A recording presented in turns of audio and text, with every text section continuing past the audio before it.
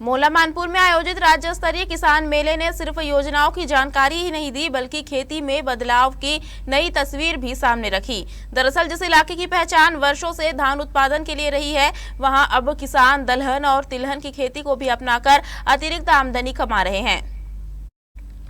आपको बता दें, राष्ट्रीय mission on edible oil seeds के तहत आयोजित इस कार्यक्रम में किसानों को आधुनिक तकनीक, उन्नत बीज और बेहतर उत्पादन के गुर सिखाए गए। दशहरा मैदान में आयोजित राज्य स्तरीय किसान मेले में संभाग के 8 जिलों से किसान पहुंचे। कार्यक्रम के मुख्य अतिथि सांसद संतोष पांडे रहे। कृषि विभाग के विभिन्न योजनाओं और नई कृषि तकनीकों की प्रदर्शनी लगाई गई। मेले में पहुंचे किसानों ने बताया कि पहले उनकी खेती मुख्य रूप से धान तक सीमित थी, लेकिन कृषि विभाग के मार्गदर्शन के बाद उन्होंने दलहन और तिलहन की खेती शुरू की। इसका परिणाम यह हुआ कि अब उन्हें एक अतिरिक्त आय का स्रोत मिल गया है। किसानों का कहना है कि सरकारी योजनाओं, बेहतर बीज और समर्थन मूल्य पर खरीदी की व्यवस्था ने उनका भरोसा बढ़ाया है। अब वे धान के साथ साथ तिलहन और दलहन की खेती को भी भविष्य की बेहतर खेती मान रहे हैं, जिसके लिए इस समय मानपुर मोहला चौकी क्षेत्र में उत्पादन का लक्ष्य रखा गया है 2500 हेक्टेयर।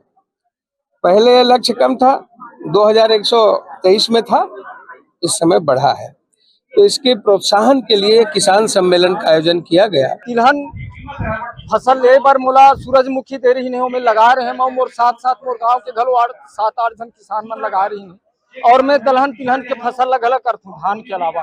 तो दलहन तिलहन के फसल में इस साल हमारे यहाँ गोटा टोला में दलहन तिलहन के लिए सोसाइटी में सरकार लिया थे फसल चक्र के बारे में जानकारी दे रही है, जिनमें दलहन लगाना है और तिलहन के बारे में सरसों, सूरजमुखी और दलहन के अंतर्गत में रहर, उड़द, मूंग, चना और ये फसल लगाए, जेकर से मोला धान के अलावा ये फसल से अतिरिक्त